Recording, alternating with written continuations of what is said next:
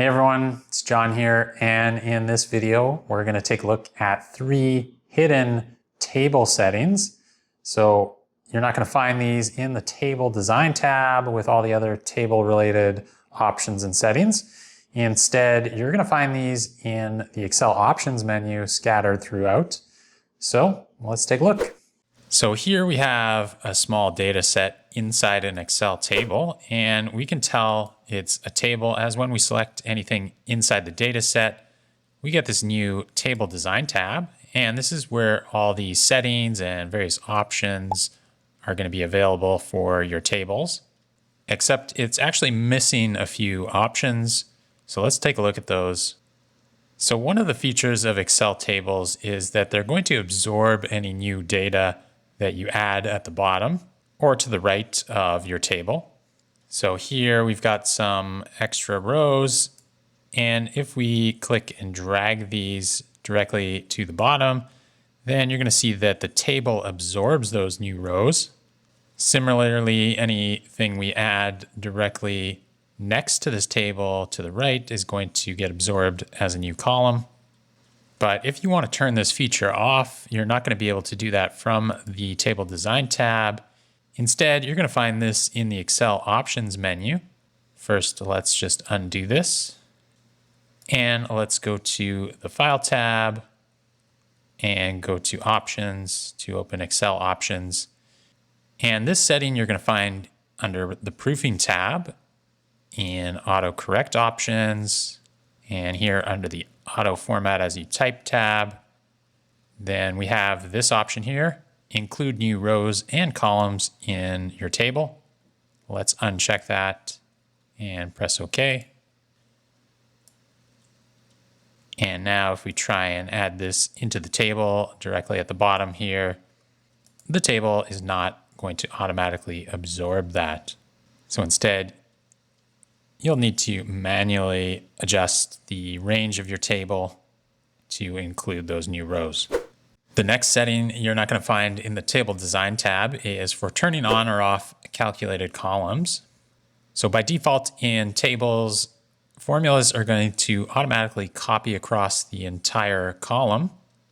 So for example, if we create a revenue calculation as the quantity times the unit price, and press enter, then that formula is automatically going to propagate throughout the entire column. And if we add new rows, then that calculation, we don't need to copy and paste it down. It's going to automatically get filled in for us.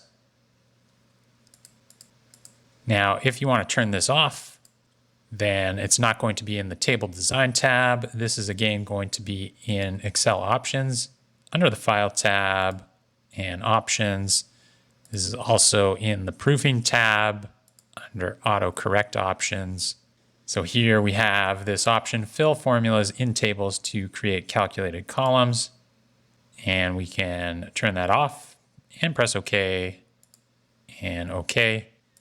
And now if we create a calculation, so let's just create the revenue calculation again, quantity times unit price, then this time it doesn't automatically get filled in for us across the column. The next setting that you're not going to find in the Table Design tab is to turn on or off structured referencing. So when you create a formula in Excel referencing a table, so let's sum up our revenue column here, then selecting certain parts of the table, such as a column, is going to automatically create this structured reference. So here we're referencing a column, and it creates a reference to the table name, and then in square brackets, the column name. Now you can turn this automatic referencing off. So if you go to the File tab and open Excel Options again, then this is going to be in the Formulas tab. We have the option to use table names in formulas. We can turn that off and press OK. And now if we try and create a formula and reference that column, then Excel is going to give us a regular range reference. So in this case, G4 to G23. Now we can actually add the autocorrect options into our Excel table tab. So if we go up to our ribbon and just right click anywhere, we have the option to customize the ribbon.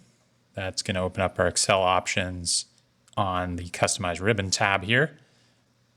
And we're just going to choose commands not in the ribbon.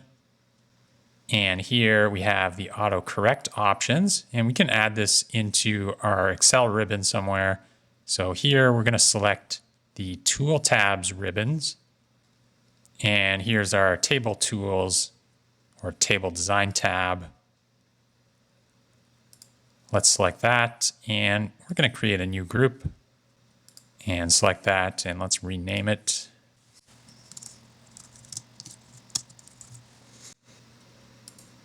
And we can choose a symbol here. Let's press OK. And then we're going to add in our autocorrect option to that group within our table design tab. Let's press OK. And now if we select our table and go up to the table design tab, we now have those autocorrect options, which are a little bit hidden, easily available. And then we can easily go to our auto format as you type tab here and enable or disable either of those two options for our tables.